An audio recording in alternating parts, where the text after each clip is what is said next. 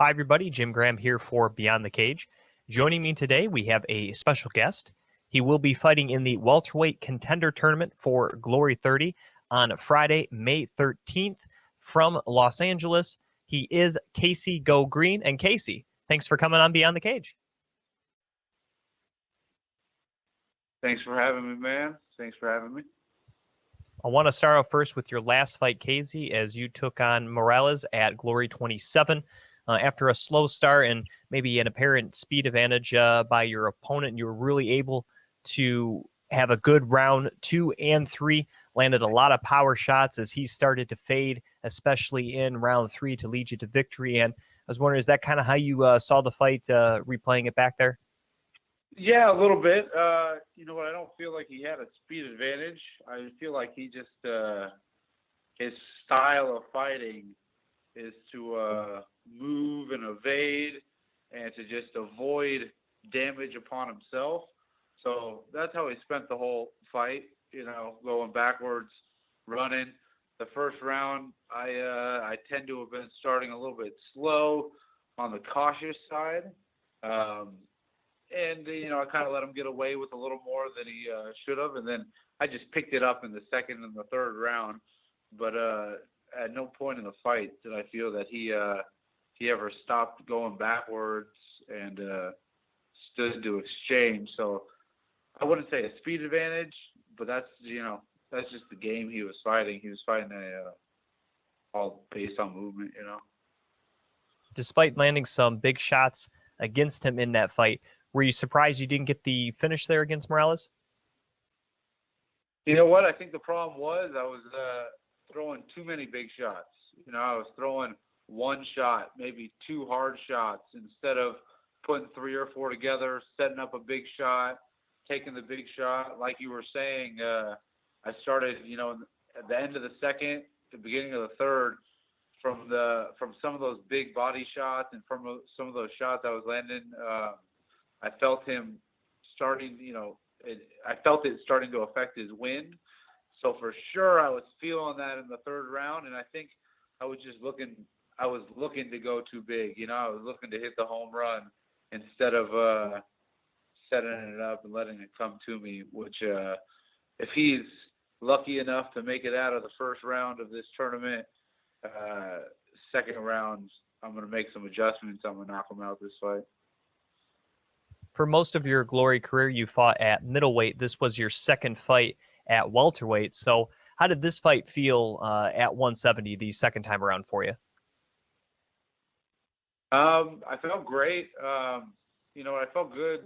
Glory 24 also, I had I missed the weight, but there was a lot of contributing factors, you know, all based on myself. You know, I didn't do some things the right way, and we were up in Denver, high altitude. I had to get out there a few weeks early, this, that.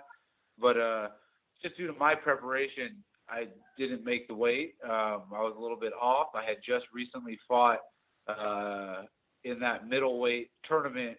You know, I think it was only 4 or 5 weeks before that. So I had put on weight to kind of try to handle those bigger guys. And I didn't make the right adjustments quick enough for 170. But I'm 4-1 is my pro record MMA, and all 4 of my wins are at 170 pounds. So I've been comfortably fighting there.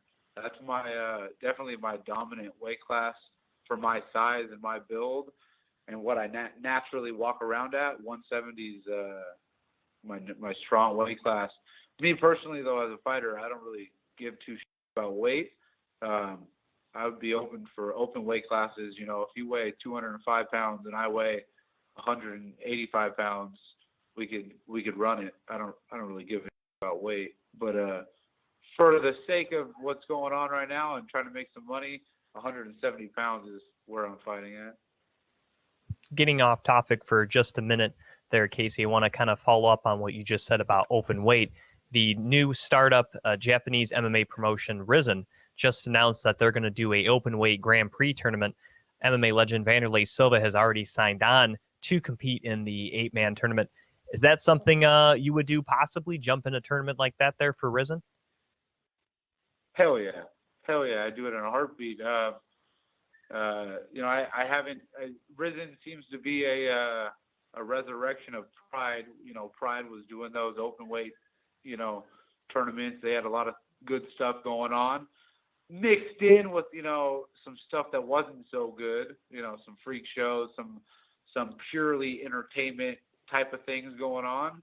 But Risen seems to be kind of on that same path, bringing some cool fights and cool tournaments. And if they're doing the open weight class tournament and they got Vanderlei Silva in there, I'd definitely be open to getting in something like that. Yeah, for sure. Of course, for your next fight here at Glory 30, it is part of the welterweight contender tournament where you can potentially fight twice in one night. Matched up first against Abraham, and also there's the other semifinal between Ambang and Morales. How much can you focus on Abraham, knowing that you may have to fight one more time in the finals? You know what? I put the first fight's the most important. I know I'm fighting him, so I'm putting a lot of focus into, what his style is, how he likes to fight. I never, overanalyze or over dwell on my opponents. We take what they like to do, what they're capable of, what their body type's like, and how they move, and we alter what I'm going to do based on that. So I'm still focusing on myself and getting better and improving. And I fought the last tournament up at 187 pounds versus Quinton O'Brien, my first round, which is a good-sized 187-pound guy. And then my second fight was against Dustin Jacoby, who's a very big middleweight. He's fought up at 209 versus some top guys in Glory, and he's fighting for the middleweight title now. So that was a very tough tournament against some very big guys. So I feel going into this welterweight tournament, I'm worried about myself. What I'm going to do is going to dictate how both these fights are going to go. And I already know both my opponents for the second round, whether it's Morales or Ambang.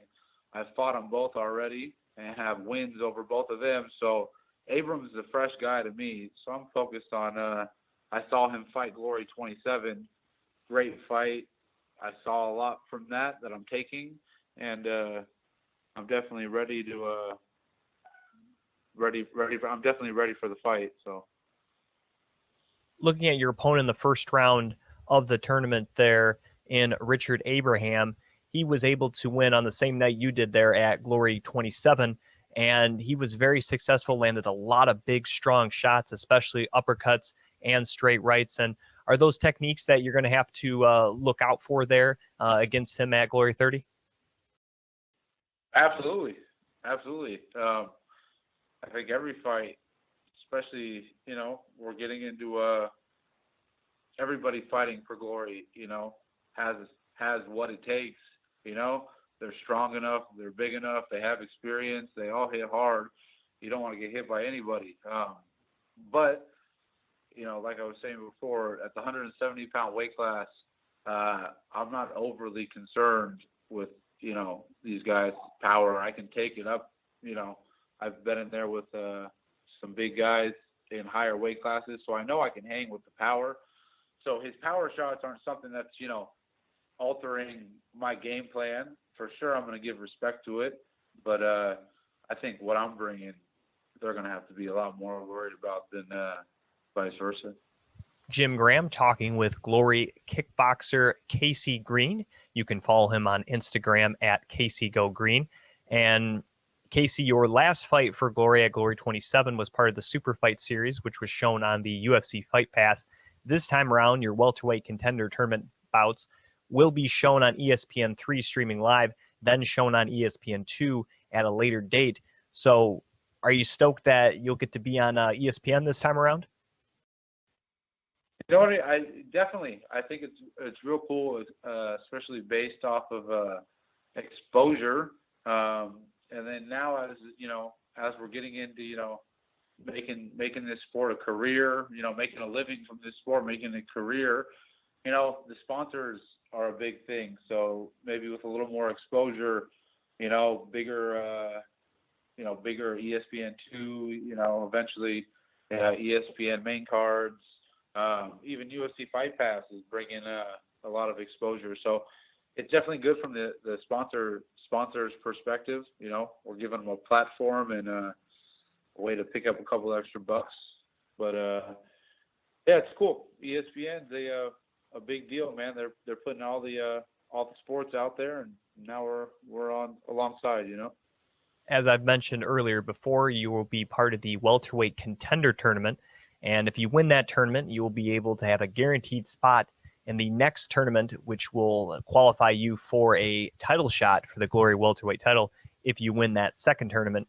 They just scheduled a welterweight tournament for Glory 31 at the end of June. So far, Myrtle Groenhart has signed on to compete in that, and obviously one of the spots will be the winner of the tournament you're in. And with that tournament only being about 6 weeks after Glory 30, do you think you would be able to go for that tournament at Glory 31, or do you think you'll kind of have to play it by ear? Man, obviously it's a tournament. You never know how it's going to go. But the way I'm looking at it, so I'm about to get 2 KOs in the first round, come out fresh, and be ready to come in and do the same thing at Glory 31. Who was you said there was already someone slated. There's already people slated for the tournament? So far, just Myrtle Groenhart has signed on for that welterweight tournament at Glory 31.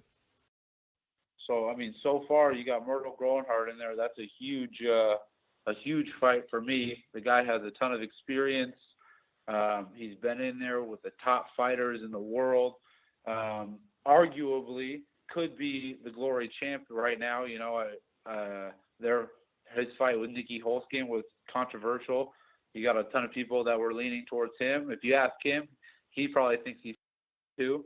So, man, yeah, I'd be pumped. I'm looking to knock 2 guys out Friday the 13th coming up for Glory 30, and then hopping right into that tournament and a first-round matchup with someone like Groenhart or, any of the other studs they're going to throw in there is a huge fight for me, and I'm eager for it. Beating a guy like Groenhart would show that in my young career I've been making a improvement, and I'm on track to be the best in the world. Speaking of Nicky Holtzkin, he actually just defended his title at Glory 29, winning by unanimous decision over Congolo. And I was wondering, if you saw the fight, what did you think about Holtzkin's win over Congolo? I saw the fight. I only got to run through it once or twice, a couple of replays. So I need to sit down and really, from a fighter's perspective, I'd like to analyze it a little more. But I thought it was a good fight. Both guys were out there. They brought it. There was rounds where I don't think the judges gave it to him, but there was rounds where I thought Congolo won and was pushing the pace and landed a spinning kick to the body that looked like he had Holtzkin hurt a little bit. He wasn't throwing some strikes. He was eating a lot of shots after that. It looked like it was pretty close to, dropping him. He was coming forward, and Congolo hit that spin, and it hit him flush. And you could, being a fighter who's been, who's felt those shots, you can kind of see that, it got him good. But he came back, and he's a tough guy. He came back and picked up the last 2 rounds and finished stronger and had more to give. So I thought it was an awesome fight. Now, in that third round, as you mentioned, and as fans know if they watched it, Congolo hit that spinning back kick on Holtzkin, which sent the champion to the ground. A lot of people thought it was a knockdown. So as a fellow fighter, did you think that spinning back kick by Congolo was a knockdown? It's one of those things where it's in between. I don't think so, because Holtzkin was able to get up, and it wasn't the type of kick where, he started rolling on his stomach or holding himself. He popped right back up, and,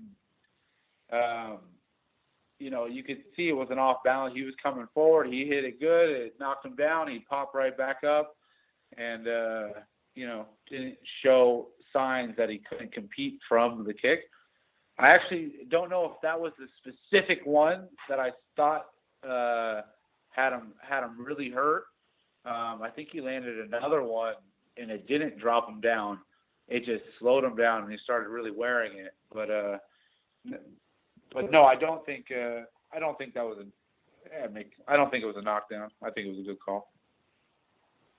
After his win, Nicky Holtzkin called out the guy that was interviewing him there in the current Glory color commentator, Joseph Valentina. And of course, he's a former Glory champion as well. Is that a guy in your division, the welterweight division, that you'd like to see back and maybe compete against down the road?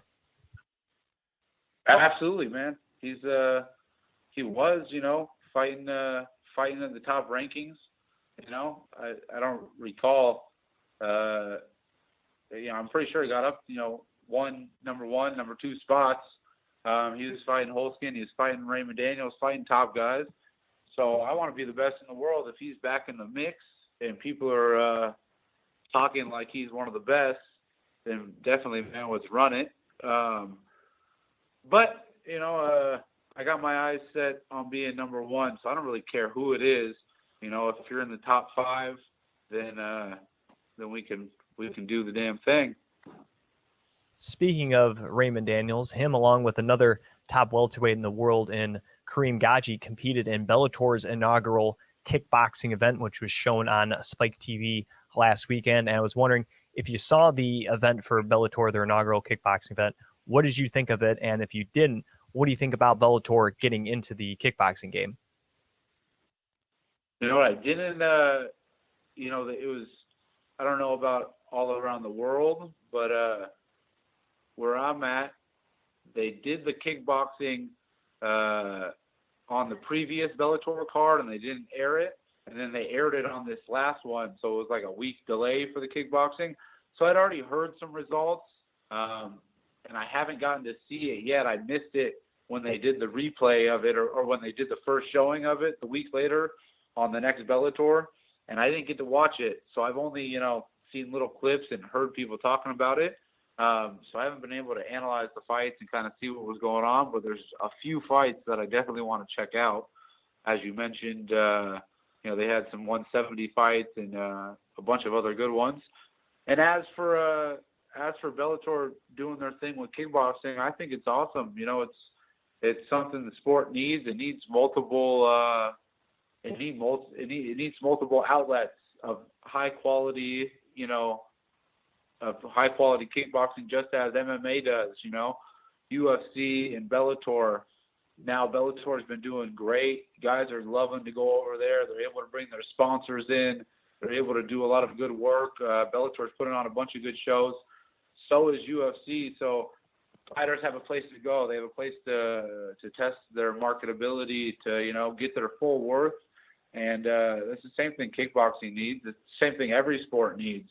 So I'm excited. We'll see what happens with Bellator, how they grow. I don't really know as a company, what their plan is, what they're trying to put out there, what they're trying to build. But as long as paying fighters to go in there and put on a good show, I think it's awesome. The main event of your fight there in Los Angeles will be Dustin Jacoby against Simon Marcus for the middleweight championship of Glory. And I was wondering, how do you think that one will play out, Casey? Man, that's tough.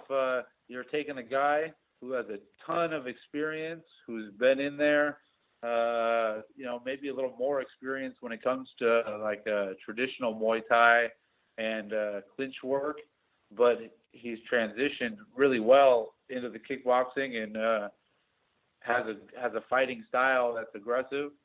So it's been good with the kickboxing and Marcus. And then you got Jacoby, who's, man, he's the fight. I've been in there in the ring with him. He's a big middleweight. He's a really athletic, strong guy, moves well. He's similar to myself, and he doesn't have a ton of kickboxing experience, but every fight he's taken has been at the top level. So he may only have, 10, 11, 12 fights, but I think the people he's been in there with, it makes those worth, about 20 fights, 25 fights. So you got a guy with a little less experience, really good athlete, versus a guy with a ton of experience, also a good athlete.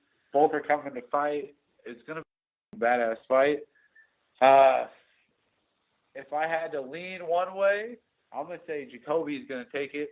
I think his size and his fighting style is going to be the difference. I see him landing a couple big knees, using his range to avoid him taking damage, and I see him taking this fight. And I might be a little biased because he beat me, and hey, that makes me look better if he's the champ. But that's what I'm predicting. All right, Casey, I'll get you out of here with this. Of course, as some fans may know, you live and train there in Southern California. Your fight at Glory 30 will be in Southern California at the Citizens Business Bank Arena there in Ontario. So I was wondering, does it give you any sort of extra boost to be fighting in front of your hometown fans and family? No, it's not going to be a boost on my performance. I'll go all over the world, and I'm going to fucking do great. It doesn't really matter to me. I'm just excited that they're able to come and they're able to see it, and then they're able to experience and be a part of it and feel the atmosphere and be there when I fight twice in one night and I win. A couple knockouts, big celebration. It'll be nice for them to be there and to experience it. You know, I've fought all over, and I've had some big wins and I've had some big losses in places where no one's been. So it'll be nice to have a big tournament win, and they'll all get to see it. But I'm going to come out and I'm going to do the same thing I do every time I fight. I'm going to go, and I'm going to go hard, and I'm going to go fast, and I'm going to look for the knockout. So there we go. Once again, that was Casey Greene here on Beyond the Cage. You can follow him on Instagram at CaseyGoGreen. And Casey, thanks again for coming on the show. I really appreciate it. I look forward to your fight at Glory 30. Hey, man, thank you for having me anytime. After a couple KOs on this tournament, I'd love to be back on. Absolutely, my man. We'll have to do it again real soon. Once again, that was Casey Go Green right here on Beyond the Cage. And now we'll send it to a all-new live Beyond the Cage starring myself and my co-host Colin Camper and Billy Brant right here on YouTube. Thanks for watching. Hi, everybody, and welcome back to another edition of Beyond the Cage. I'm your host, Jim Gramm. I'm joined by Colin Camper and Billy Brant. As you just heard, my interview with Glory kickboxer Casey Greene. He'll be fighting in the welterweight contender tournament coming up at Glory 30, and he'll be shown on the main card on ESPN. How's it going today, Billy? Very good, man. We had a good weekend. Yes, we did. A lot of good fights this weekend between Bellator debuting their kickboxing as well as Bellator 153, UFC 197 as well. We'll all cover that. Colin, how's it going today? Pretty good. It's been a very emotional past week. Some headlines that we'll talk about. We will get to that. As many are wondering why we didn't cover the Conor McGregor saga, as you see in the title, last week, because I knew there was more to the story. I knew it. It literally happened just as we were recording last week, and we kind of wanted to talk about it as a whole because I knew just that tweet of him saying he was done, that wasn't the end of it, and I was right. As we'll kick off things here with that first, and real quickly again, shout out to Casey Greene again. Thank you for coming on the show. Follow him on his Instagram at CaseyGoGreen. Billy is on Twitter at WBrant21. Colin runs our Facebook page, facebook.com/Beyond the Cage Podcast. Please like it. We are 39 likes away to 500, and like I said on last week's show, if we can get to the 500 before Glory 30, I will add in a signed Joe Schilling 8x10 as well. And of course, I'm your host, Jim Gramm. You can follow me on Twitter at Jim Gramm. All right, the Conor McGregor saga started off with him sending a tweet out saying he was done, he was retired. Then the UFC says, well, he's off the card. Then there's this whole press conference for their next couple months that they're doing, kind of like their quarterly press conference thing. Conor McGregor's not there. First question asked Nate Diaz, who else do you want to fight? He says, I'm only going to fight Nate, or Nate said he was only going to fight Conor. Otherwise, I'm taking a vacation. Well deserved. Yeah. Then you hear Dana White saying he's not retired, but he is pulled off of UFC 200. Then just, I believe it was Monday, Conor tweets out, "Hey, thanks to the UFC, at Dana White, at Lorenzo Fertitta, I'm back on 200. A couple hours later, Dana White comes on Twitter and says, "I have no idea what Conor's talking about. We haven't spoken to his management since the original tweet when we pulled him off. I have no idea where he's getting this information." So we go from him being retired to not retired to off of 200 to on 200 to now again off of 200. And now it looks like Nate Diaz might not even fight at UFC 200. I was going to say the weirdest thing about that conference to me is Dana opens it up. He's like, hey, Nate's here because he still wants to fight someone. We're looking for an opponent. And then Nate immediately says, no, it's McGregor or no one. So I'm kind of confused where that discussion was even at. And then there was, with the whole kind of thing, it's funny you say we're covering it now because there was much more to come out. I even think still in the next couple of weeks we're going to hear even more. We'll be talking about this for a while. And on top of that, Patty Houlihan retired. So, like, there's a lot going on over at SBG right now. And this is his second teammate to have retired, not to mention his teammate was just in a fight where his opponent died after complications due to the fight. And a lot of people are bringing up that was one of the reasons that he said his initial tweet of walking away from the sport. When one of us retires, we all retire. I mean, they're sticking blood deep with it. It was interesting to see. Dave Meltzer was reporting that a lot of this is really stemming from McGregor and Lorenzo Fertitta actually having a beef, because that's where McGregor does most of his actual negotiating through the Fertittas, especially Lorenzo. I guess he talks about how close they are.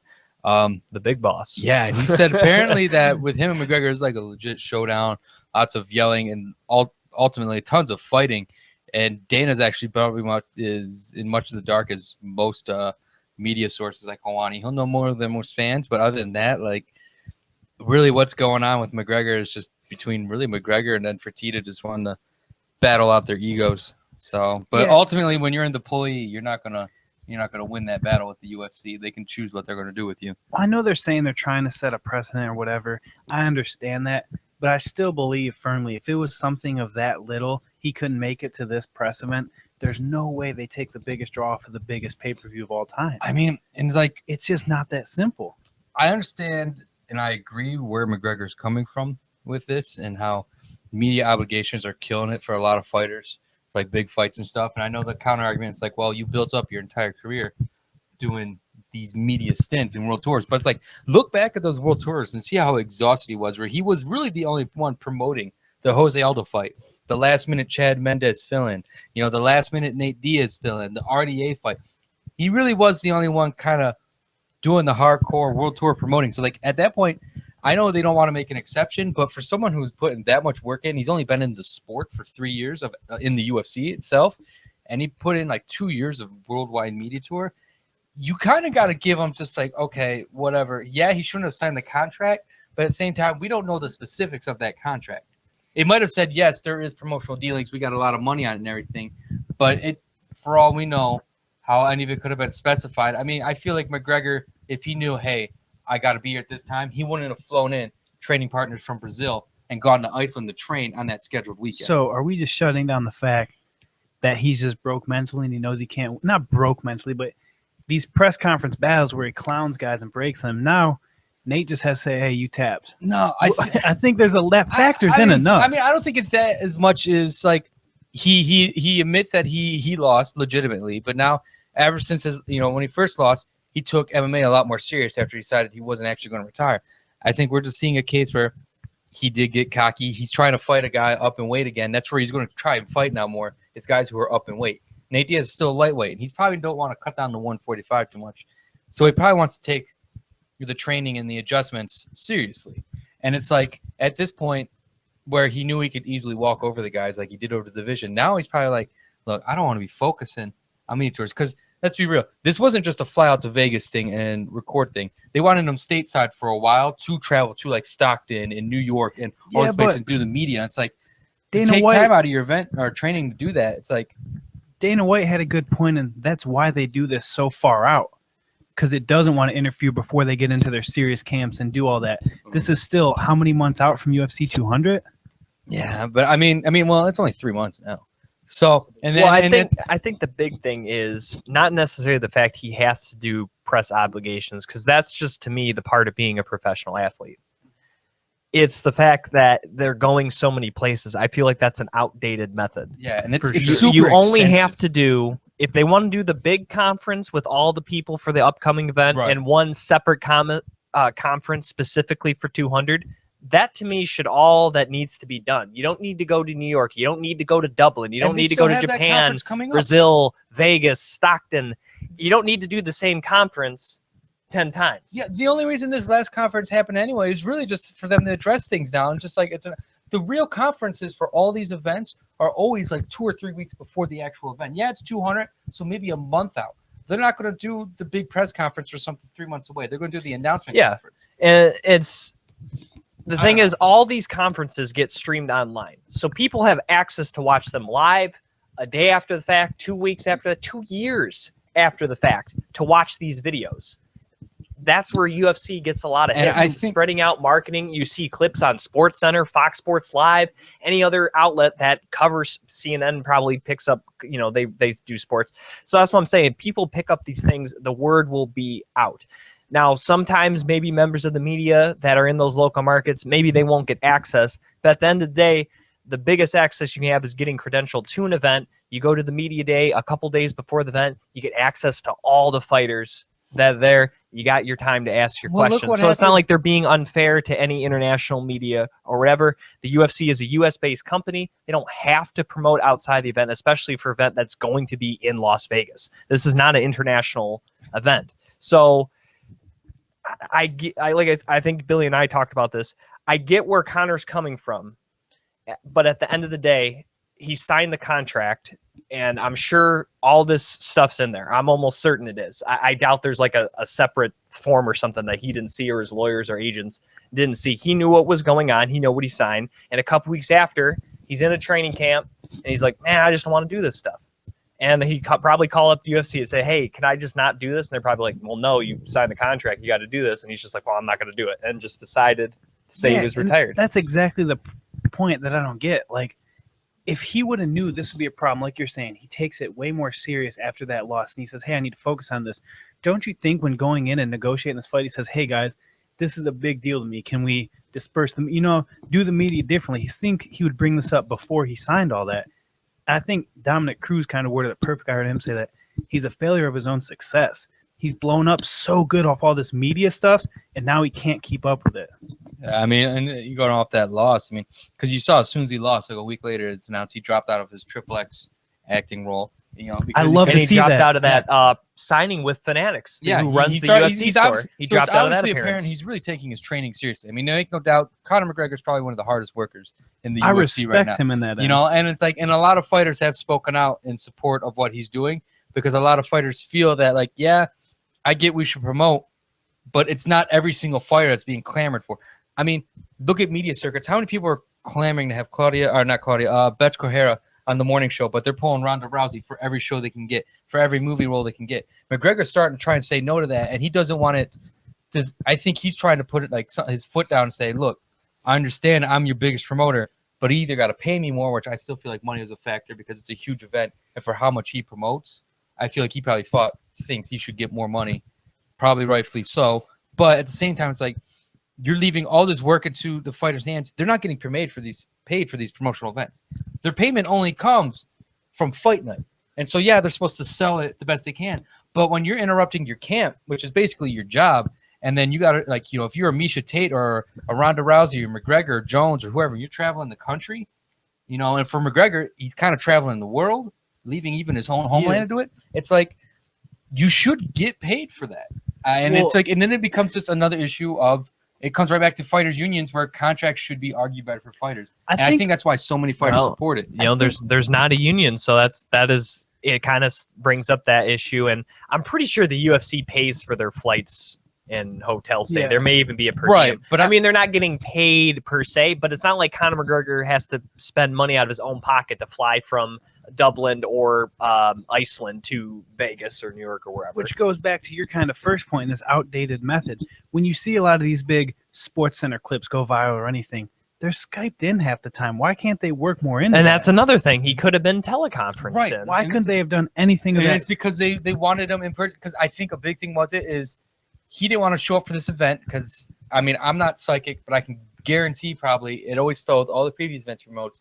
He has other media obligations now, or other like Good Morning Americas and things like that. They're trying to get him. So for him, it's not like Nate's flying 3 hours over to Vegas from Stockton, do an interview. He'll be there for the weekend, go back to Stockton and train. McGregor's flying in from another country, which in itself is at least a day or two just to get everything coordinated for him to get over in time. And then because he's not in the U.S. where he can easily make a trip to the places to do those morning shows, he can't just leave the country and come back and do New York Morning America, leave the country, come back and do Miami. He's got to hit them all while he's here. So while Nate can do it, or whoever his opponent is can hit the country and just travel around real quick in a week, he's got to leave his country and then take like a 3 weeks off his training camp to come back. All right, but I get that for Nate, but then there's also plenty of other fighters, Dos Anjos, that are coming from other countries that do fly in the same way. Anjos lives in America. There was like 3. Definitely there's other guys, but but guys at McGregor's level though, that's the thing. Yeah, but I'm saying they all made it to that conference. Is you want to try to do back-to-back morning shows though and radio shows and stuff? I'm not trying to doubt it. I feel like they should. She might be doing them in Poland. But she ain't doing when them they here. talk That's about the this press tour in particular, the one that was really important that they need him for this conference and to film that commercial, whatever they kept talking about, the 10 million. And I understand, it sucks, but the dude works hard and he does do a lot of promoting and stuff. And I'm not trying to argue that it's right that he should fight his contract the way he is after he signed it. I agree with that one thing, but I'm trying to just at least look at the point he's trying to make. And because a lot of fighters, like even Misha Tate and tons of fighters, big name fighters who came out and agreeing with it. Rory McDonald, it is kind of messed up, especially because then it really only falls on fighters who have name in the sport. And it's almost just, I don't want to say unfair, but it's really only guys who are in the limelight at the moment. I 100% agree. I think he just went about it in the wrong way. It should have been at a different time. He timed it wrong. Yeah, Yep. exactly. Mm-hmm. And for better or worse, though, that's just how the UFC operates. This is not something that's brand new. That's a revelation that this is what the UFC does. It's not like they give guys a lot of slack, and we see this, and it's like, this one time they didn't. No, they never. Nick Diaz got caught on it too. People slack. And it's not trying to say Nick. That happened to Nick Diaz. He was supposed to fight for the welterweight title. He didn't show up. What'd they do? They gave him an aging BJ Penn instead. I feel like it could have been handled by both sides. One, McGregor, we know for a fact he immediately after he lost that fight, after he decided he was going to fight still, he probably went and just signed that contract right away. Probably didn't even care what it said. He wanted to fight. After he got into camp and started adjusting, he realized, maybe I should take this more seriously. But now he's already signed on his obligation. More money. But at the same time, the UFC needs to realize what they're working with. And so right now, this is their biggest active draw in the sport. And they got to be able to not just willy-nilly spend $10 million and try and pull 2-3 weeks out of his fight camp. They got to be able to work around that. I'm not saying, Conor's exempt. He's not going to be at this conference in the commercial. Make it work somehow. That's all you have to do is just somehow – you have so much money. If you're spending $10 million to film a commercial, like they said, there has to be some way you can make it work where it fits with his camp. If his agent was Drew Rosenhaus or something, he probably could have made it work. Dude, it's just you got to be able to work with their biggest draw because right now it blew up in everyone's face. Yes, it sucks for McGregor. He played a big game. He's a big risk taker, and obviously this is the first time or second time in a row he's lost a big risk he took. The UFC lost out too. I know UFC 200 will still sell well just on precedent of what the event is and everything. But they lost out on a chance for a big name to be on their biggest card of the year. And it's just and who knows how further negotiations are going to go. Yeah, they're open-minded about it, but it's just, this might be way off and going a little crazy, but this whole thing, even though I agree with what McGregor's doing for the fighters, it paints a bad picture for him as a fan. It just seems like everything's going wrong. He comes off this loss. He has the whole up and down, I'm retiring. Oh, no, I'm on 200 when none of it's really there. And then it's just his whole camp's disappearing. It seems like so many things are going negative that way. My only last thought, and then we can move on, is that it actually isn't about the promotion or anything like that because he's never had issues with promoting before. So this is why everyone thinks it's so peculiar, is that him and Fertitta did get an argument about money and whatever stemmed it for whatever reason. And both of those being big ego airheads, he probably said, you know what, I'm not going to show up at your event this week, and I'm not showing up for that presser. And they're like, yeah, whatever, just trying to strong-arm us. And he's like, all right. So he retires and doesn't show up, and then it just starts blowing up back and forth because neither side wants to budge. Either way. And it's just it could have stemmed from money. I wouldn't be surprised either way. Both dudes, at the end of the day, want to make cash. Yeah, it's like you said, though. If you look at it just broad as it gets, The UFC loses, Conor loses, the fans lose, everyone loses in Even this. Nate Diaz lost somehow. Like, Yeah, like everyone. There's no positive outcome for this. They need to figure something out. All right, real quickly, we're getting into this week instead of next week because we got a lot of big time events coming up. And as we mentioned, we had Casey Greene on, so we're trying to line up some other interviews as well. So kind of in anticipation of that in the coming 2 weeks, we're going to talk about Invicta FC 17 today a little bit. It will be on May 7th at the hangar at the OC Fairgrounds in Costa Mesa, California. Of course, we'll stream live on the UFC Fight Pass as Tanya Evinger will once again defend her bantamweight championship, taking on Colleen Schneider. That will be the main event, co-main event. Very excited for this one. Strawweight title on the line as Livia Hanato Souza will defend her title once again, this time taking on former Ultimate Fighter contestant Angela Hill. Also have Inoue against Alina Cerro, Charmaine Twait against Latoya Walker. Megan Anderson returns against Megan Bell. Rachel Ostrovich is taking on Ariel Beck. Some of the highlights there looking over this Invicta 17 card. What fight are you looking forward to there, Colin, on Invicta 17? Actually, honestly, the Angela Hill Souza title fight, that's a favorite for me. I like Angela Hill on the Ultimate Fighter. I felt like she showed a lot of potential that she didn't have really a chance to expose because she was so new to MMA. But now that she's got a couple years under her belt and everything, this is an excellent fight for her. She's been doing really well over in Invicta. Souza's no joke, so it's definitely going to be a tough match.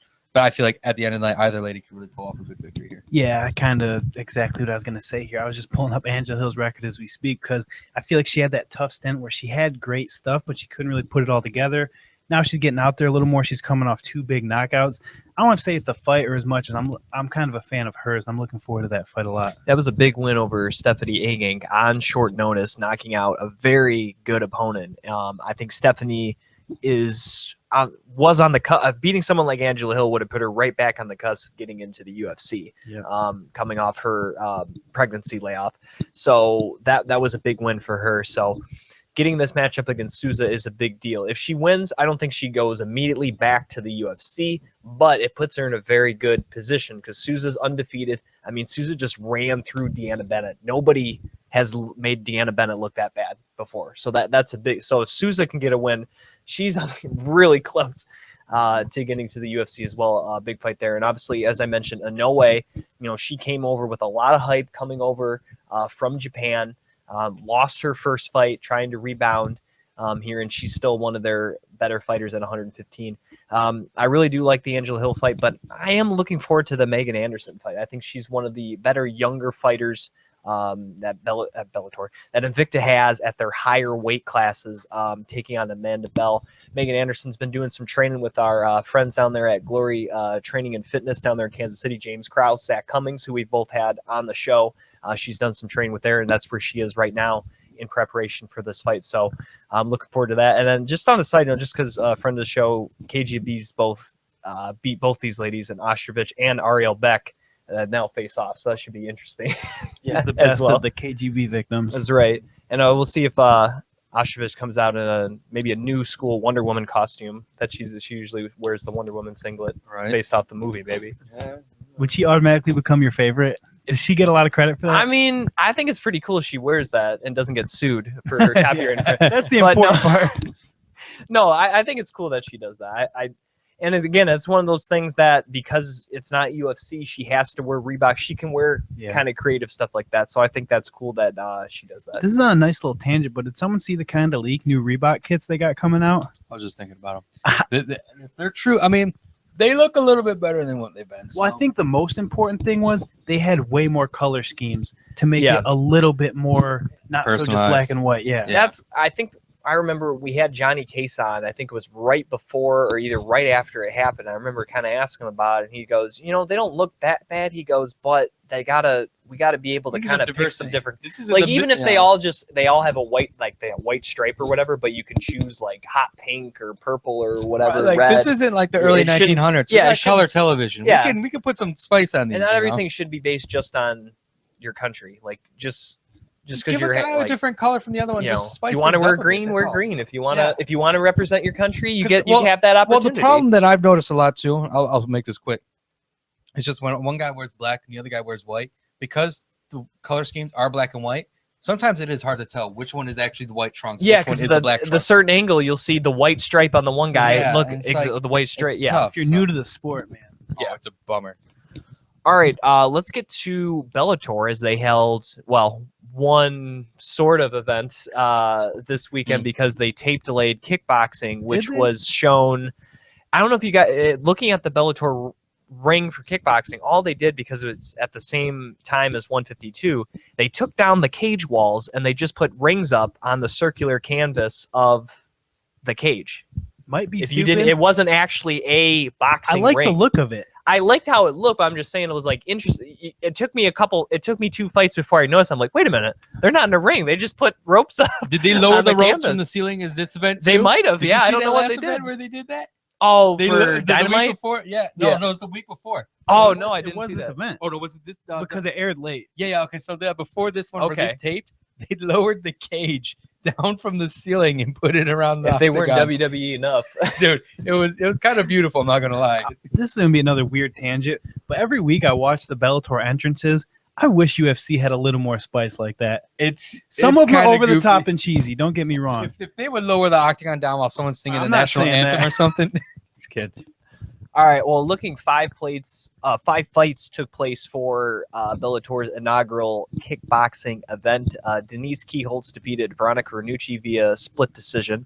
Kevin Ross defeated Matteo Tanucci. And fun fact there for fans that didn't know, Kevin Ross is currently dating Gina Carano, and she was in attendance there. Well, he's a At true the winner of event. the night. So. And when you've heard interviews either now or and Gina Carano says, "Yeah, my boyfriend at the time got me into the sport and got me into kickboxing, and then switched over to MMA." That was Kevin Ross. So do we blame him for the butt whooping she got from Cyborg? Yes. I mean, that's kind of like the biggest domestic I thought you were going violence with all dispute I've the- ever seen. All the movies. So, then in one of probably the most exciting fight of the night, Raymond Daniels just came out spin after spin, and then finally hit one just 30 seconds in against Francisco Marica. They had to show a reverse angle to see that it actually hit his liver, because on first glance it kind of looked like it didn't really hit him hard. Marica drops. You see the referee go over, start to give him the 8 count. On 8, he actually stops because he's like, "You gonna stand up, bro?" And he goes like, "Oh, okay, I guess you're not." And then he goes 9. Marica stands up. He's like, "Yeah, I'm good to go." Has his gloves like this, and then immediately goes, no. And the ref had to call this one. So very impressive by Raymond Daniels. He had the biggest highlight there of the night. I think me and you talked about last week how big getting Raymond Daniels was, and this showed exactly why. Bellator got such a big win getting him. He came in, he looked good. And speaking of welterweights, they had their first ever welterweight title fight as, if you look at Glory's rank, he's actually their 3rd ranked welterweight in Kareem Gaji. He defeated Mustafa Aida via unanimous decision. He looked really good in this 5-round fight. I wouldn't be surprised if we see Daniels versus Gaji at some point in the future for Bellator Kickboxing. Main event, even though he's just a few weeks from fighting for Bellator's middleweight MMA title, Melvin Manhoef, not one to worry about that sort of thing, steps right into the main event here, take on Alexandru Negra, and did a good job, but there was a kind of controversial drop there in the 2nd round, which probably was going to have him lose the round. Then Negra came back, knocked him down again.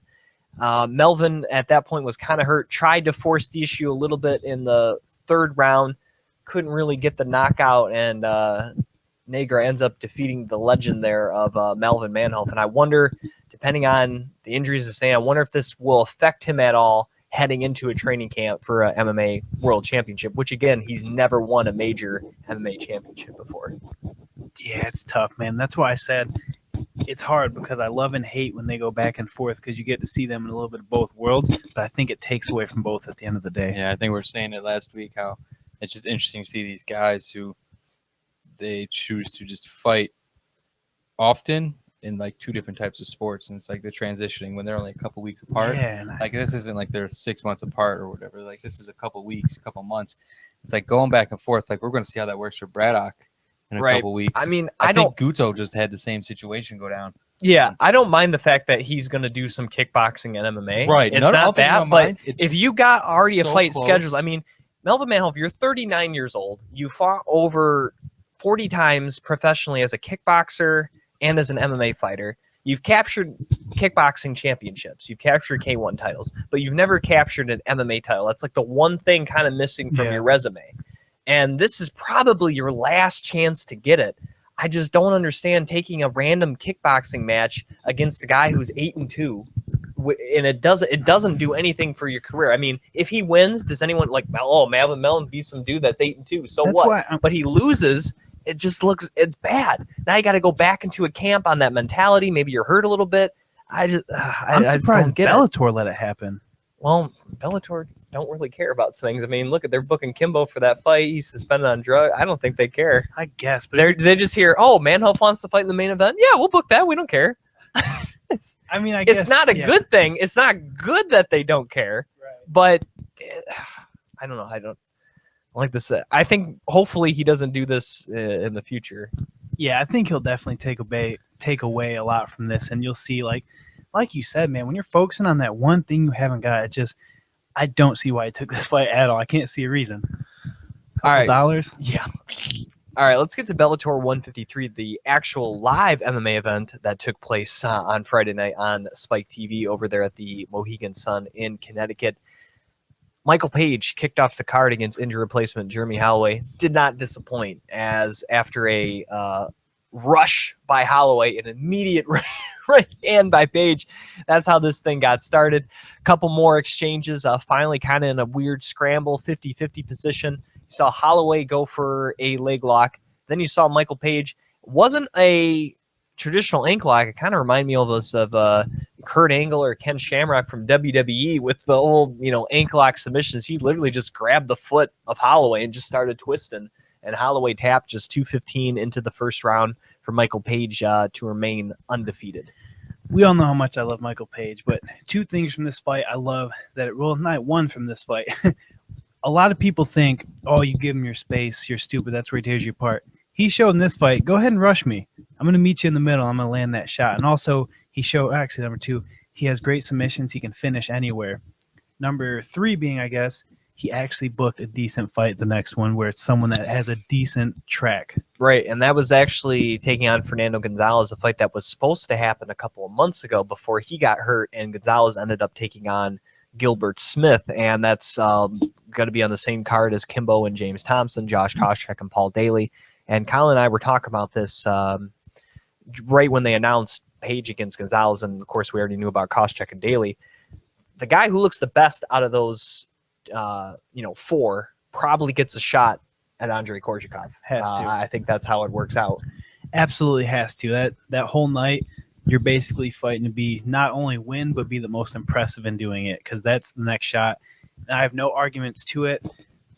Personally, I'd rather see Page if he gets through, obviously, but I think he's the more, or at least that fight with Gonzalez, that's the more fresher talent. Daly and Koscheck, I mean, a couple of fading guys. I'd like to see Daly get it over Koscheck. Yeah. If he was to win. Because Daly's actually been around Bellator for a while, but a lot of visa issues and other circumstances have really kept him from fighting for a world championship in the organization. I would definitely take Daly or MVP. And I feel like whoever, out of the four, the two winners, whoever doesn't get the title shot, we're probably end up fighting Benson, unless Benson moves down to fight Will Brooks. But I don't think Will's going to take the fight. Will was talking. I think Benson will. I said this on Twitter after the fight. I think Benson next fight, we'll get to him in just a moment, but I think his next fight will be at 155, but I think it's going to be somebody like a David Rickles or maybe even this Brett Primus, who we'll get to here in a moment. Someone that's still relevant at 55, but not their best guy. He beats them, he gets the title shot, because I really think they want to set up the winner of Thompson and Chandler against Will Brooks. Yeah, tracking back to the whole Daly MVP thing, man, I know I want to see one of them get a shot, but if they fought each other, that's a fight I'd want to tune into. Could happen if they both end up losing. That is a nasty That's probably the only way, Right. unfortunately, but it's a great matchup. All right, speaking of Brett Primus, he ended up winning. I don't know how he won. I thought Santos had this thing. Primus, of course, one of their young fighters here at 155, four-time All-American wrestler. This guy is very legit on the ground, but I thought Santos did a good job keeping it up standing. I thought Primus, who had a lot of first-round finishes, it started to fade a little bit as this fight went on. I mean, it wasn't the worst decision I've ever seen. He gets the win, but he's obviously going to have to work on his conditioning if he wants to compete with some of these other tough guys here that Bellator has at 155 pounds. Yeah, this is one of those fights where you win, but how much did you win? You know, you still got a lot to prove, and we're going to want to see a lot more out of him before he gets any serious contenders. Yeah, I mean, especially where things are going around with the weight class. It's there's other people in line. I'm not saying like that should be like a contention fight with the Primus fight win, but there's just so much going on. It's just really kind of weird to do some certain matchups. I mean, I feel like a step up and definitely just keep the streak going. I think Derek Anderson would be a good guy. Derek Campos, Pitbull. Like there's decent fights to make that they're not exactly like, oh yeah, you're only 2 fights away. It's like there's a couple fights, but you know, if you keep taking these decent names, even a Massine Held, I think would be a good fight. Right. And I feel like just taking decent names over decent names, it's just enough to build you a solid little run, and that's I think what you need at the situation. Well, speaking of runs, one got cut short, unfortunately, because I really like this guy. Brendan Ward once again fighting in front of his hometown crowd there in Connecticut. A win over Cyborg Santos may have put him over the edge, may have got another shot at a Bellator championship. Of course, he did have a shot at the middleweight championship when Shlemenko was there after winning a tournament. Since dropping down to 170, he's looked really good. Take on Cyborg Santos, who hasn't fought in a couple of years, 20-16. Ward's, the big, strong, powerful guy. He should come in and just steamroll him. Well, Ward, landed that first early shot, but then followed him right to the ground and really gave Cyborg his one shot of winning. And Cyborg did not let it go away as he was able to catch the heel hook 30 seconds into the first round to submit Brendan Ward. And this is a huge upset. I mean, Santos hasn't been doing anything for a while, kind of an afterthought. And fortunately for Brendan Ward, this really, puts him back in the welterweight division. That's why I really love this fight, though. I feel like, I hate to say it because I liked him too, and I wish he could have got more done, but I feel like they brought Cyborg in to be like, oh man, this dude beat Cyborg Santos, Right. And he came out there and he showed he still got something left. And I feel like it was overall just a bad fight from Ward. Like you said, he went to the one place where Cyborg had a real shot. Yeah, I mean, it's a good night for like kind of obscure submissions. All jiu-jitsu. Yeah, but I mean, it just goes to show that no matter who the guy is that you're fighting, no matter how much washed up they are, there's something that they're just is their bread and butter, and if you give them the chance, they're still capable of getting it. I mean, it's just a weird situation just for Brendan Ward right now because it should have been a fight he could have easily won. But, I mean, so early out, just giving the leg up, not even intentionally, just it happened. I mean, it's like you just got to be careful. Like, every guy is dangerous. I mean, the guy could be 45 years old. The thing is, it's muscle memory. And if he sees it, he grabs it. When he's still that fresh, I mean, it's kind of tough because for him, it's just how he breathes. And it's just what he does. And so when he grabs onto it, it's like you're in a really rough spot. So I'm not saying it's a fluke. It's just one of those things where it's like, Ward could have won about probably a little bit smarter and better because he probably just underestimated the fact that he could have got caught. Bad game plan overlooking. That's as simple as that. Maybe Brendan Ward gets Douglas Lehman next. It's coming up. That's a good matchup. Keeps him still relevant. I think that'd be a good fight. It's a good matchup for both of them. I mean, they're not taking a too and I far think of a step back. that's a legitimate main event too. I think you can make that case. Just as a shout out to our viewers, Thunder and Lightning, Cats and Dogs. Power flickerage. So if you're watching live, if you're obscurely somehow managed to watch us live, you're strong. Yeah. Thank you for your patronage. If we disappear, we're terribly sorry. All right, let's get to the co-main event of the evening. Patricio Pitbull took on Henry Corrales. Pitbull won. He got a finish. He was supposed to get a finish. Honestly, yeah, he caught him in that guillotine choke, but I thought Pitbull I think it's because he was taking on Corrales, a guy that definitely is beneath him. I don't think we really saw that great a performance by Pitbull. I mean, he's just clearly better than Corrales. That's really all to it. And even him showing up, I would say probably like 50% of what he normally does was probably going to beat Corrales. And he went through the motions, everything. And I'm not sure if they guaranteed him if he wins this fight, he gets right back in the title hunt. But honestly, I think they should give him another fight. There's a lot of guys that they have in this 45 division that are hungry, and it seems like the same 3 guys have been fighting at the top between Strauss, Pitbull, and Curran. And I think they got to throw some new blood in there. I'd love to see an Emmanuel Sanchez get in there and mix things up. So I honestly think he should take, or Daniel Weichel's another guy I think will mix in there. Georgie Carcanian, of course, Bubba Jenkins, who we've had, some new blood in there. I honestly think him against, even though he lost to Jenkins, I think him against Yamauchi would be a very good fight coming up next. Yeah, there's 45 is interesting because it's hitting a part where it's like they really gotta, like you said, put some fresh blood in there. I would love to see Dan Weichel in there or Manuel Sanchez. I think those would be some good contenders to really start putting in the mix. You can't keep the same few names just barely hanging in there. And I feel like that's what Pitbull did the other night. Is just he kind of just kept his name just in the talks. And it's just like, I feel like that's not enough at this point.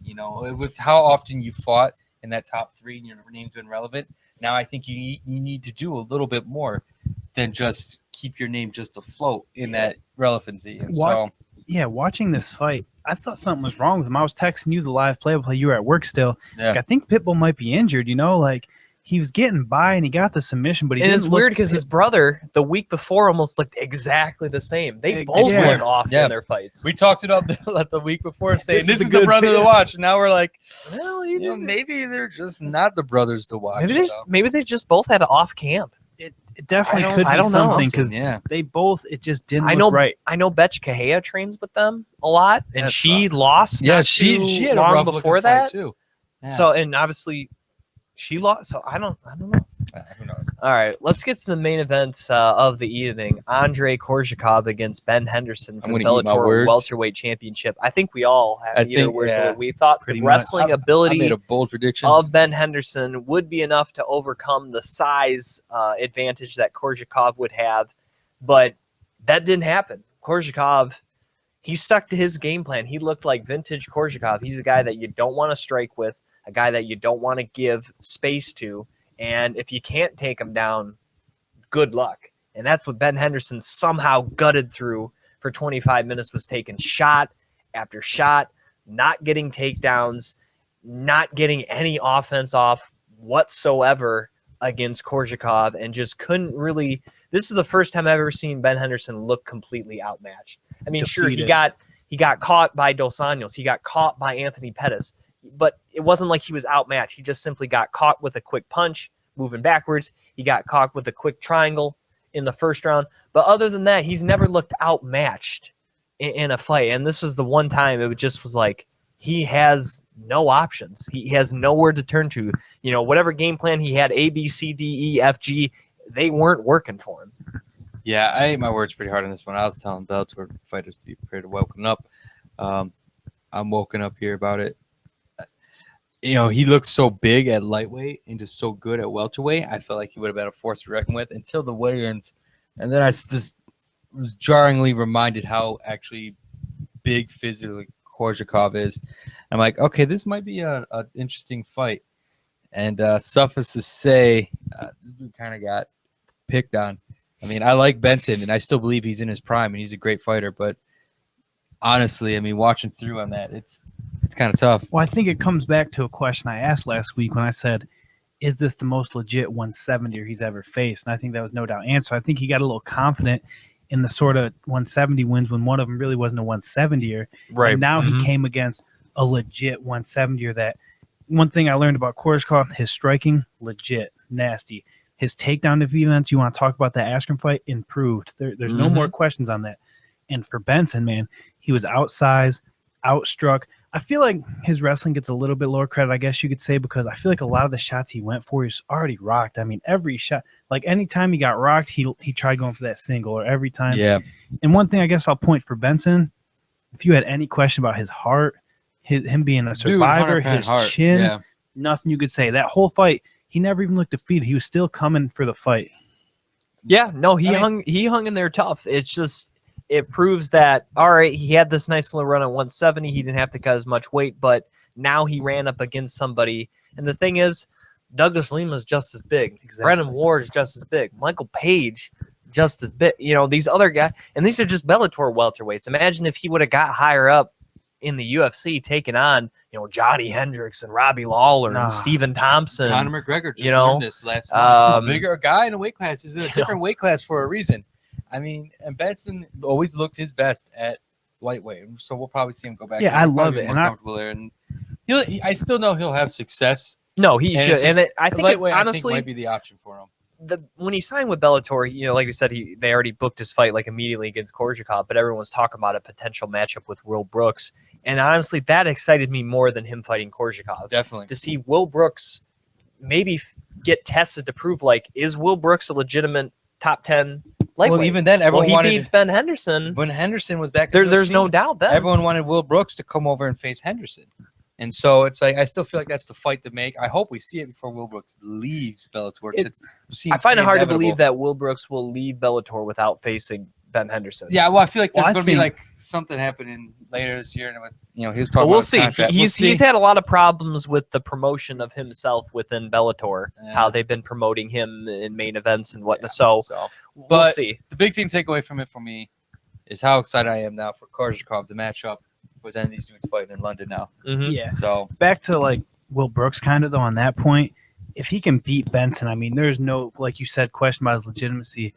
And I think another thing that'll help him will be like the success of Eddie Alvarez and guys like that in the UFC. So Alvarez finally getting a shot. I think these Bellator guys are finally getting like the recognition they deserve. People want to say B League, whatever, but I mean, the gap when you look isn't at it lately, and you see where a lot of fighters have been going from the UFC into different promotions. A lot of dudes have been brought in. I mean, now, you know, most of our heavier fighters, UFC, are Strikeforce guys.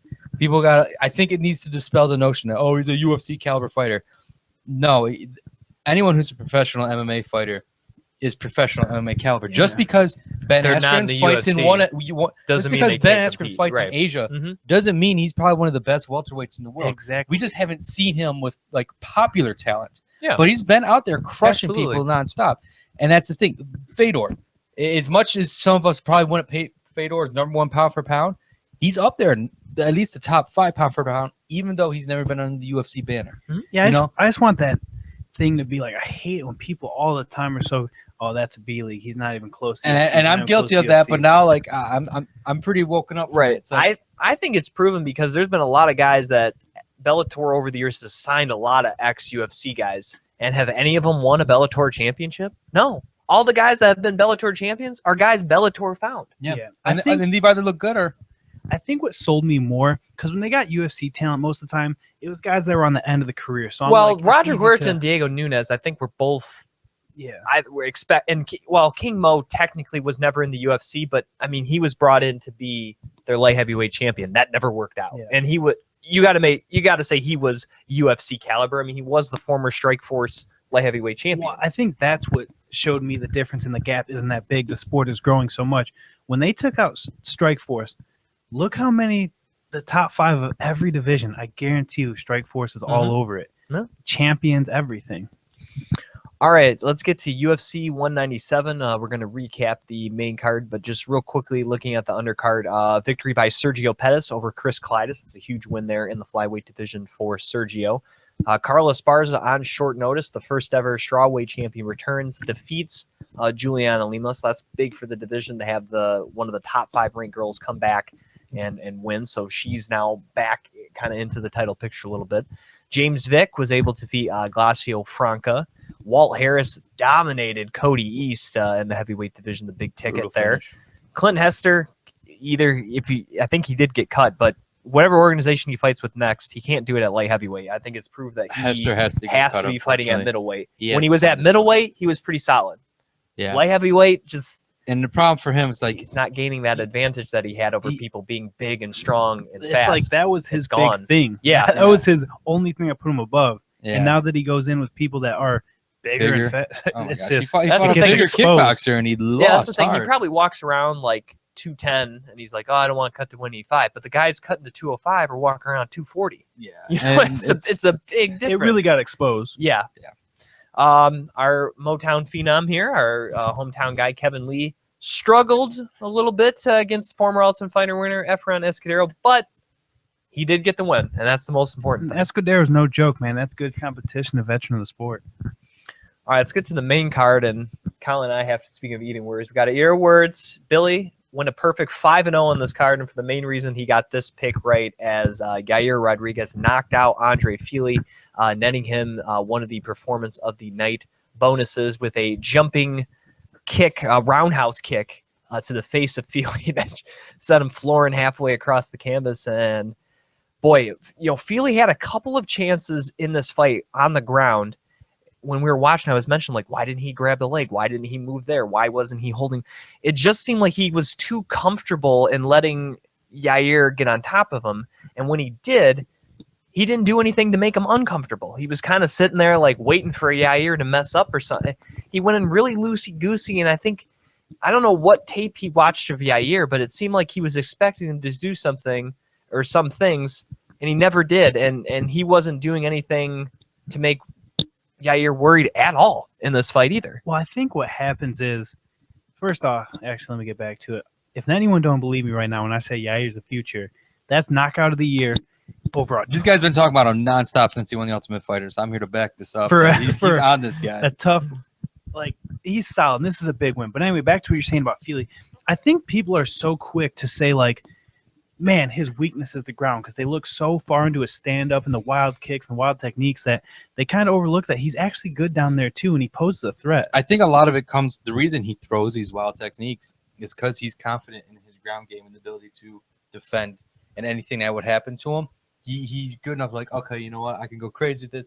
If I get caught, I got some pretty decent submission defense. I can transition pretty well and get out of danger. And I'm pretty sure this guy's not going to pose much of a threat that I can't get out of. Yeah, we've seen 2 fights now with him where people constantly, their whole key is like, all right, let's get this to the ground. And he still wins it, and he comes out victorious. And then this fight it really showcased his striking. I mean, the way he kicks, the techniques, they're not just wild, though. They're precise, man. And that, I can't see any other knockout of the year right now. I mean, right now, that'd definitely be up there for me. I can't think of anything off the top of my head. Yair's definitely going to be doing something big by the end of the year, no matter what fight he's doing. My biggest question is, what does he get next? He has to get a huge fight now. What is he this, probably 135? gets 145. He probably gets a close to top 15 guy. I'm trying to think. Charles Oliveira. I know he has a fight book, but I think as far as prospects go, him against T-City. T-City would be fun. Would be good. Yeah, I think he's a little surpassed that now, but either way, I think this guy needs to get somewhere big. Well, I mean, because there's some decent top 15 guys that you can still give him. I mean, well, we'll move on. Yeah, we'll move on. He's going to get a good I'm name. trying to think. After McGregor name, came through, he shook up a lot of things. No, so. he'll get a good name. Moving on to the next fight of the evening in the middleweight division, Robert Whittaker took on Rafael Natal. Good fight by Robert Whittaker. He definitely took some hits in this one, but I think the biggest question mark we had in this fight is, could he survive Natal trying to take this thing to the ground? What could he do off his back against the guy with really good Brazilian jiu-jitsu? Well, he never had to get there, as he stuffed all 4 takedowns by Rafael Natal. And on the feet, Natal, he had that one good leg kick, but that's all he had. He wasn't able to follow that up with any other sort of there wasn't much combinations. And Whittaker, he's probably sore. He's going to be out for a little bit. You could definitely tell his front leg was hurting. He tried switching stances a couple times, but if you're not really used to doing that, you're kind of going to revert back to your natural stance there. And for Natal, he waited too long to take the takedown. I think that first round, he wanted to actually see what his boxing was all about, and he was landing that kick. But by the second round came, Whittaker was still throwing hard, and then Natal's like, oh, I should maybe now try to take him down. But by that point, even with the leg being a little damaged, Natal was tired, a little banged up, and the takedown effort that just wasn't there that we've seen in other fights with Natal. And I think he took Whittaker's power maybe a little bit for granted, thinking he was going to be the bigger guy. He was going to be able to absorb those shots and take down Whittaker whatever he wanted, but that was not the case. Robert Whittaker has developed great takedown defense, obviously took a beating, and he's a guy that just kept on coming forward, and Natal by the end just didn't have an answer for that. What ranking is Whitaker right now? Whitaker was 7 coming into this fight and defeated Natal, who was 13 honestly coming into this fight. Look, Give him Michael Bisping. Lyoto Machida. I think that's a fair test. Well, we don't know what's going on with Yeah. Machida Well, now I and feel the like whole with the stance, PEDs and stuff. It's his first offense. I mean, Machida should technically be back on how it would work. I mean, generally, I think first offense is only like 6 months. look, I don't mean to backtrack, but it just popped in my head. Yair versus Cub Swanson. Cubs coming off That's a a good decent win. win on No, Hackman that's a Diaz. good fight. Yeah, no, I would like take that Just fight. beat Actually. Hackman Diaz. I think Yair's ranked 14. Cubs ranked like 7 or 8. Yeah. But anyway, about That's a good this fight. fight, it's exactly like you broke down, man. Natal looks good, and he comes with that kick, beats up his leg. But what more can you offer me? I mean, there's nothing for Whitaker's boxing and everything. And that's the thing. Natal didn't want to try and follow through much because he's trying. There's a reason he kept hitting the leg kick. He didn't want to get in. He got in within boxing range or any type of clinch. Whitaker was going to tear him up. And I mean, when you saw a few times Whitaker would land on Natal was in trouble. So he would land that leg kick, but then where it left him, it's like if you're going to follow through, you need to throw a punch. Otherwise, you need to get out of there. Mhm. You know, you can't I'm just follow saying. through on that. And Whitaker he posed enough threat where Natal's like, I don't want to get close, but I can try a takedown. And once he realized I'm not getting my takedowns, all I got is his leg kick. I better hope I get him beat up enough for. I don't can't know. get I one. love the leg kick, and I think it's a very important technique in the sport, obviously. But there's follow only through. there's only a few people in the sport that are finishing off just that. Right, and that's what I'm saying. It's like Mhm. you're not finishing off a leg kick. It's only happened like 3 or 4 times. Yeah. regardless. We're It's talking history. Edson Barboza and like one other dude. I've in the seen UFC. I've seen Brandon Vera pull it off. I've seen Douglas Lima pull it off in Bellator, and I think Pat Barry pulled it Who off. just got it the other week? Gage or Gaethje pulled it just off, got too. it off. I mean, and these and are Edson, guys. That's it. Yeah, Yeah, and hand. yeah. Well, Aldo didn't technically knock out Faber, but I mean, he pretty much won that fight. because of With the leg But kick. yeah, that's the thing. It's just like so if you realize your takedowns are getting stuffed and your leg kick is just being a leg Technically, kick. Chris Weidman won off a leg kick. I hate you. You're terrible. I'm leaving the podcast. I'm gonna burp into this mic. What's the next No. fight, man? Yeah, All right, so no, but Robert Whitaker, Michael Bisping next, right? Agreed. That's Robert my fight Whitaker tonight. and Machida, I feel like is a better It's fight just- to make. You can't Well, call that fight. 'cause Hey, you okay, don't here's the know. thing. The reason If I say Machida it- can't come back, Machida. Otherwise, I like the Bisping. The reason I like it is because he was supposed to fight Bisping at UFC 193, and that's when Uriah Hall stepped in to face him on short notice. So this Right. fight was already supposed to happen. And That's matter of another fact, reason why I like want to see Bisping it. to get the title Bisping's shot. coming off the biggest win of To his me, career. Do you think to me, Whitaker? I think he's going to get. Well, a here's the title thing: shot. they already have the fight booked between Weidman and. That's what I'm saying. I think he gets the Rockhold. winner.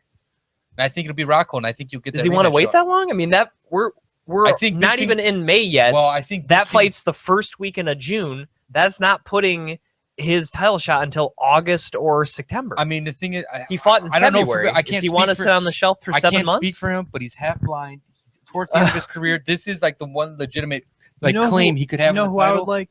Is it the Vitor Jacques or what Yeah, fight's booked? Vitor. Yeah, The if, loser if of he that doesn't fight. get, well, if Bisping For does Bisping? indeed get the next For shot, Whitaker. For Whitaker. if Bisping does indeed get the next shot, then the winner of Vitor Jacare is Jacare. going to have to wait. So that would force the winner Actually- to face Robert Whitaker. Yeah, I like Bisping more because looking at the rankings right here, they have obviously Weidman and then Jacare, Vitor, then Bisping. Right. So Bisping has to take another fight. Whitaker's the only guy ranked right behind Anderson Silva at number 6. That's really and reasonable. legitimately, with Whitaker winning, you could make a case that he jumps Anderson Silva because he's on a streak. Oh, he has to. So then you would have a matchup against 5 against 6, according to the UFC's rankings. I don't know. It's weird. All right, let's get Stacked to weight the class. let's get to the next fight of the evening in the lightweight division. Anthony Pettis against Edson Barboza. Once again, Billy proving myself and Colin wrong here. The big difference in this fight was Pettis's lack of boxing skills, which I guess most people never really thought of, that he wasn't a good boxer, and not following the blueprint of how to be Edson Barboza, which is to be in his face, using your footwork, cutting him off, and using constant pressure with strikes, even if they aren't the most powerful strikes. Bobby Green didn't get the win, but his footwork backed him down. Michael Johnson did it. Tony Ferguson got in his face and eventually submitted. That's how you beat Edson Barboza. If you sit back and range and you throw a couple of nice, flashy kicks, you're not going to beat him. You look at all his fights he's won in the UFC. It's when guys give him space, give him room to throw those kicks, to throw those hooks. Give him time to set thing up, to go at his own pace so he doesn't, burn himself out, because he's a big dude at this weight class. And Pettis, I don't know. Maybe he didn't watch tape of him, or it's like he had never seen Edson Barboza fight before, and he was just like, "Oh, I'm just gonna throw a couple Showtime kicks and scorch this guy." And you can't do that against Edson. Well, I think what it is I don't want to say Pettis' striking is overrated, but I think because he has some of the more flashy victories, he thinks technically he's a sound when Edson is the best pure striker in that division. If you think exactly like you said, Jim, you're going to go out there and kickbox him and beat him, not a chance. And I know people like say, oh, his flashy techniques, he's the best striker, but Edson is tactically the best striker in that division. Well, I think yeah, Anthony landed a nice kicks, but he was landing no punches. Look at Edson. Yeah, he landed maybe not as many flashy kicks or threw as many, but he was landing solid combinations, especially with he was making Pettis worry on two fronts, whereas Edson only had to worry about kicks. He didn't have to worry about punches. I mean, he was 0 for 3 on takedowns, but I think he knew Pettis really wasn't going to take him down. He really didn't have to worry much off of there. So really, all he had, you look at breaking down, Pettis looked really one-dimensional. Exactly. And Barboza didn't, and that's why he gets this victory. I mean, I'm looking at Pettis' history right now, and honestly, if you put it on paper, he lost to Guido right away as soon as he came over. But that's a guy who pressured him. Didn't pressure him with strikes, but pressured him with takedowns. He got a split with Jeremy Stevens. All right. Okay. He got guy that moves he KO'd Joe Lozon. Remember no offense to Joe Lozon, but caught him with that head kick. You can outstrike him. That's striking. You can outstrike him. He beat Donald Cerrone with a kick to the liver in the first 3 minutes. One kick. Yep. That makes sense how that would work. And then he submitted Ben Henderson in arguably first round. That's a big one and everything. But he then went on to submit Gilbert Melendez. Again, that was second round. Yeah. Quick. And then Dos Anjos 5 rounds in his face. Yeah. Alvarez up against the fence, still in his face. Barboza in his face. Like if you look at it, like he's got some all right impressive wins, a couple impressive wins, and then anyone who got in his face, he lost to. Now, this is his 3rd loss in a row. I don't think he gets cut. I mean, Bellator. He's just about a year away from being the #1 fighter in the world at this weight class, but what does he have? Does he have to change weight classes? Does he have to change camp? Does he have to add muscle? What does he have to do? Because he's still a very talented individual. He's under 30 years old. He still has a chance to make a run at another title in this division. He's already done it. Cut weight. But he obviously has to change something. Do. When they hit that streak, they cut weight. It's not going right for when him. They get fear, I they think, cut weight. I think for him, it's more of a camp issue at this point. You're already seeing him start to transition. You see him over in Albuquerque. At Jackson's. And he's been over there a lot. Mm-hmm. And I wouldn't be surprised if in 2 weeks you see he's there full time. If he cuts weight and fights Jose Aldo like we wanted. He's not going to make 45, man.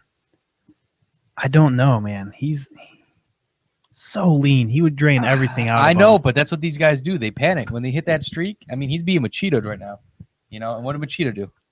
I guess the good news for Anthony Pettis, I guess you could save it all, is he's still only 29. Yeah, he's still got time left in the sport. Mm-hmm. He's got a chin on him. It's not like he's taking brutal knockouts. He took losses, but none of them were. I mean, the RDA was probably the most beating he's took. Maybe the Edson fight close. And I kind of want to tip back to Edson a little bit. That guy has the nastiest kicks, no matter what. Did you see the picture of Pettis' body? Literally, the toe marks. It was toast. Yeah. It looked like the Simba. toe mark. It's insane. Crazy. That guy's on another level.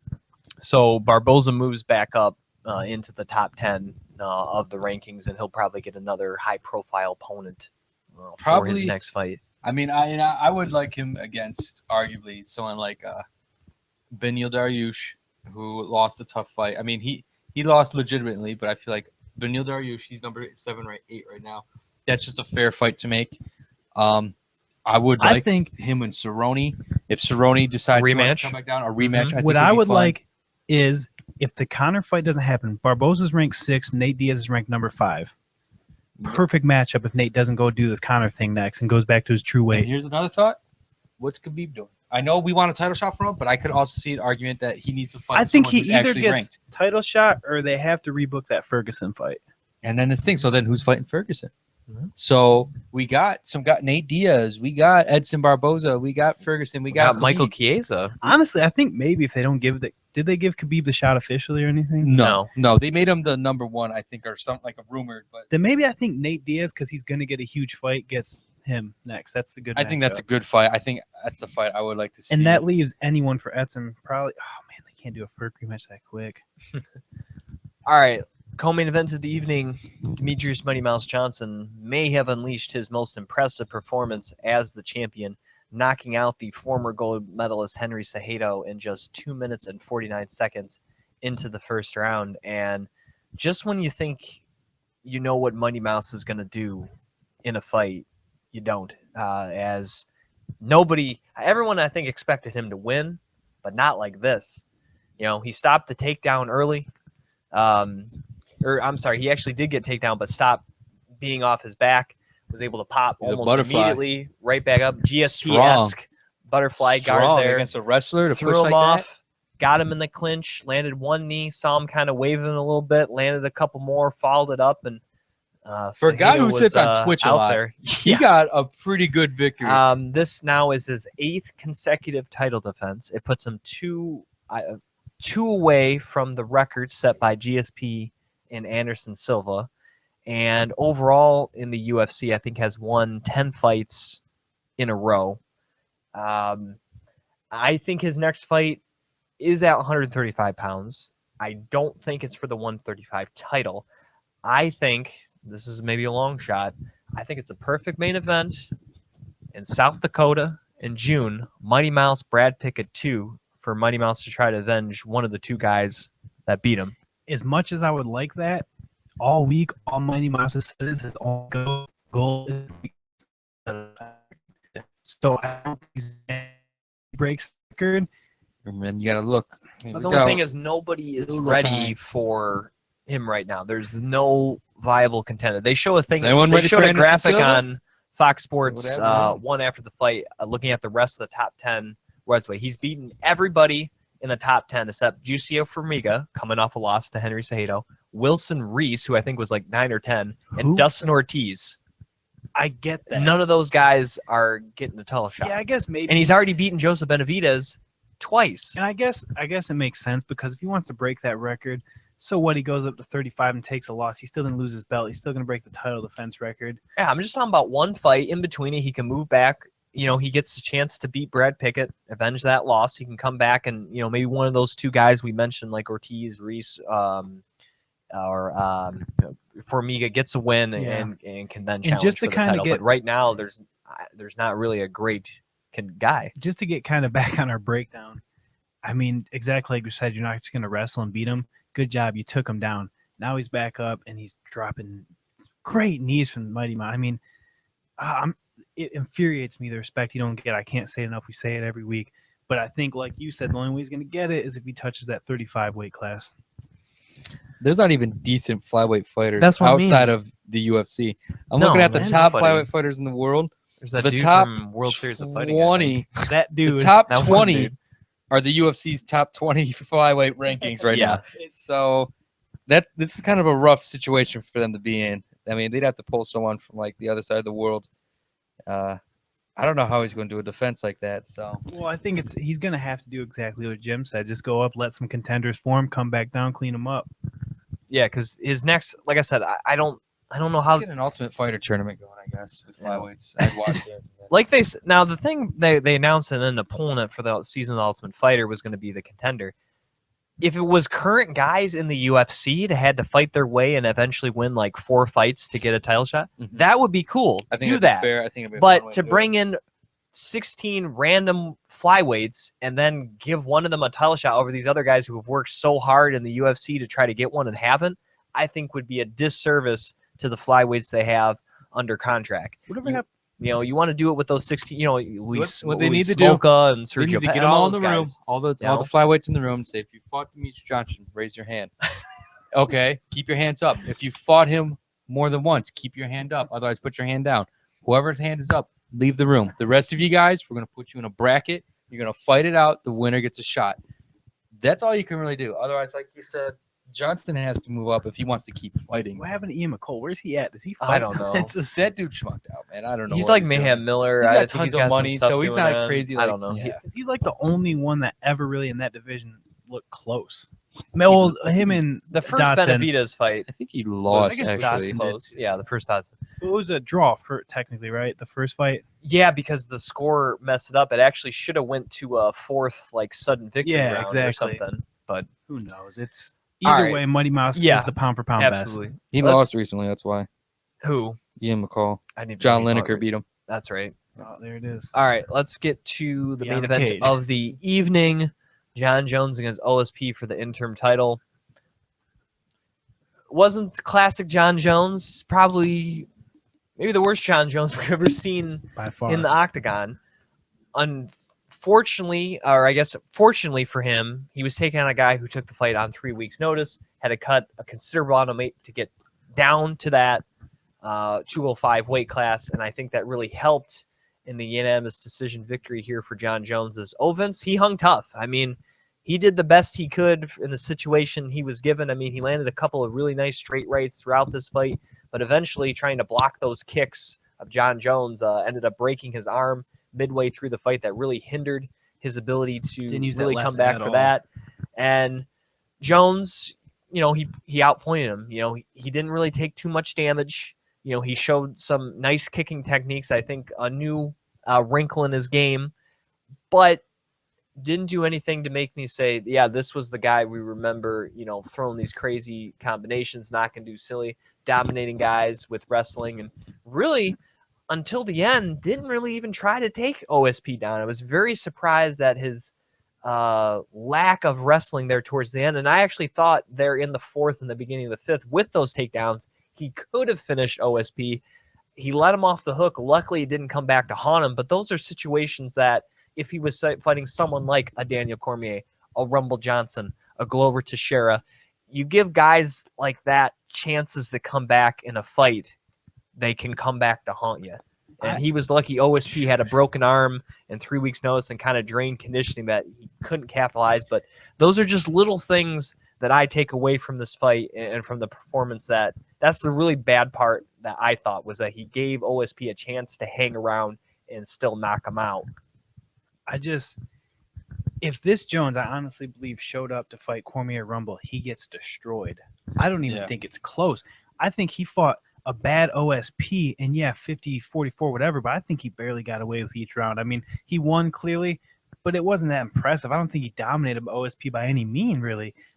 Yeah, I mean, I think the fourth round was the most definitive round. And that's when he broke his arm. Fight. And that's when he finally got him on his back. Cormier and Johnson have looked significantly better on each fight they've had since Jones has gotten suspended. Jones, the way he's saying it at the press conference is that he was there, he's fighting, he's visualizing it, that, like, you know, I know there's many options I can do right here. I know there's many techniques I can throw. The problem was I thought about it so much, I didn't do any of them. That was my issue. That right there is ring rust. And the thing is if he brought that in, you know, against Cormier, he's fought Cormier before, but the problem is like, if you know how you're going to fight Cormier, you probably would have, you know, showed that. But Cormier's been fighting since, and he fought the two best dudes in that division since you're gone. Johnson has cleared out a litany of guys via KO right now. And it's just like, there's nothing else to say other than the fact that if Jones showed up to fight either of those two dudes, he would have lost. You know, I love John Jones. I've been on with him for a while. But the dude needs to get it together and actually show up to fight. And that cost him, I think, a really big thing that I think he wasn't realizing. Greg Jackson himself even said that the weight training killed him, and that he felt that way, and he tried dissuading Jones from doing it. Obviously, Jones is going to be Jones, but he felt like that also played a big factor. I mean, we saw it in his movement too. He seemed like he's kind of gassing out in that fight. Not horribly, but he didn't move like vintage Jones moved. And like you said, was it him letting him off the hook, or was he just not there as much? Exactly. I think it goes back to, and I'm going to cut you off, what Kenny Florian said. Maybe was it that reckless abandon that made him to be so successful? So now him being, I'm Jones, I'm a new light fighter, he's not as able to pull the trigger. Who knows? Maybe, you know, another thing was like, hey, you know, if he was fighting against DC, maybe he would have showed that reckless abandon more. Yeah, but because he was fighting a guy who's like ranked number 8, it's like, I got a lot to lose here. I don't want to pull out of another fight and set a precedent, even though my camp advised me to. You know, I pulled out of one fight before. I'm not going to be that guy again. But I'm going to be careful, because if I lose this fight, even by decision, that's going to set me back hard. And he really wants that DC fight. It blows me away, though, because not only do I think we're talking it's the worst Jones we've seen, I think he fought one of the worst OSPs we've seen. I think OSP looked really good too, in the light of like defending the takedowns and that. There were some shots he landed where if he was able to just follow through a little bit better, he probably could have got the finish. Kept talking about in the broadcast, them big, powerful body kicks he had, he eventually threw away. He didn't throw, what, 2 of them the whole fight? He seemed to throw nothing what he normally throws. He seemed really tired. I mean, and we know like OSP doesn't have the best gas tank. And going into a last-minute fight. But yeah, there was no burst. There was no flurry. There was no one instance where, look like he's got him on the run here. Yeah. I mean, nothing like that. He would have prepared for it properly, and that's the thing. And he knows what he's doing. But, you know, and I stand with the statement of this, though, was probably the best chance anyone in lightweight had to, or light heavyweight, to beat John Jones was the other night. That was a chance. Maybe. I feel like probably anyone from like top 5, maybe even a couple select guys beyond, had a very solid chance to beat John Jones with a decent camp and the proper game plan. I feel now that he's seen what the issues is, and now the problem is he has the best camp in the world, and they know what his issues are.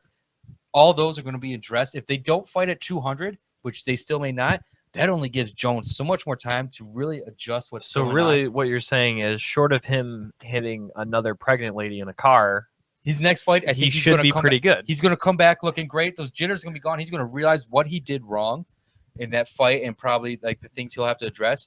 And that's just only going to be bad news for DC or Anthony Johnson.